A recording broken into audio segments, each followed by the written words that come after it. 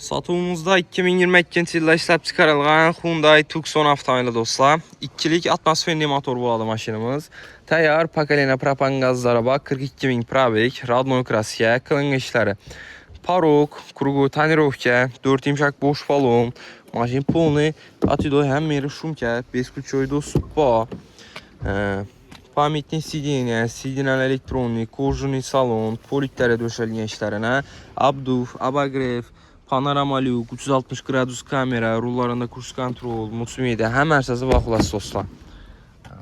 Salonları, akuratni karab minilyen maşin. 2022 yıl. Dostlar, bağazlaram elektronni boladı. Arkalarım giyin. Propan gazları zapas kebolunun ondan sonuçka kılıngan dostlar. Kararın yandan saz bolsa, videomuzu berk klasana. Hyundai Tucson avtomobili kılası. Salonları. 310 milyon son maşinimizi bakası. Ana üstünde yap soda kılıp alarasla. 77 milyon son bir avtokritas çıkadı. Pilus Notariskay klasla 7 milyon 300 bin sondan bir işla aylık tolu. Allah boylarından sonsuzlaşta plönkelerin vurulu ki. Kızı kuşula olsa koşup raftan harekette satı okudu maşinimiz gelip harit kılavrası.